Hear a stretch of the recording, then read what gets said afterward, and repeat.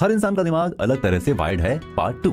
Hello friends, आप सुन रहे हैं ब्रेन रूल्स की ऑडियो बुक समरी और हम बात कर रहे हैं किस तरह दो लोगों के ब्रेन की बनावट, उनकी वायरिंग सब एक दूसरे से अलग होती है और यही वजह है कि दो लोग और उनके काम करने का तरीका सब एक दूसरे से अलग होता है। आज के इस पार्ट में हम आपको बताएंगे कि आखिर वो कौन सी ऐसी चीज है या तकनीक है जिसके थ्रू एक इंसान अपने ब्रेन की प्रोग्रामिंग चेंज या अपग्रेड कर सकता है। जैसा कि लास्ट पार्ट में हमने जाना कि आप जिंदगी में जो करते हैं और सीखते हैं वो शारीरिक रूप से आपके दिमाग की बनावट को बदल देता है और किसी भी दो लोगों का दिमाग एक ही तरह एक ही जगह पर एक ही तरह की जानकारी को स्टोर नहीं करता है और यही वो बात है जो उन्हें एक दूसरे से अलग बनाती है और उनकी डिफरेंट वायरिंग्स के लिए जिम्मेदार होती है। और ये सब होता है ब्रेन की डिफरेंट वायरिंग की वजह से। ये वायरिंग ही होती है जो हमारे ब्रेन के डिफरेंट रीजियंस को आपस में जोड़ते हैं और जो किसी को एक अमेजिंग पियानिस्ट बना देता है तो किसी को चेस का मास्टर। और इसीलिए इंपॉर्टेंट है रूल नंबर 3 की समझ होना।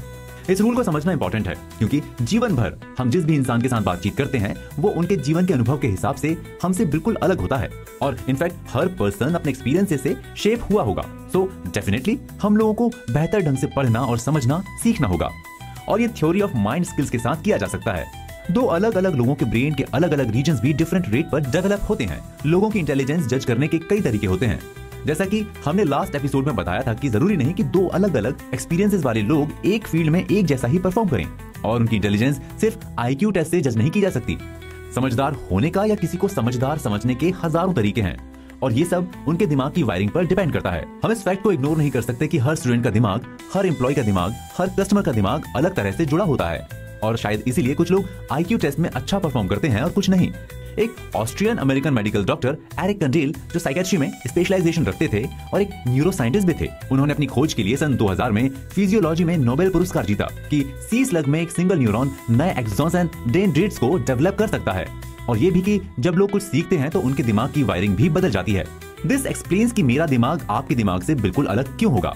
हम सभी के जीवन के अलग अलग अनुभव होते हैं जो हमारे दिमाग का निर्माण करेंगे और उसे शेप देंगे। तो अब एक चीज जो पूरे रूल में क्लियरली समझ में आती है वो ये कि हम कॉन्स्टेंटली जो दूसरों से कंपेयर करते रहते हैं उसकी कोई जरूरत ही नहीं।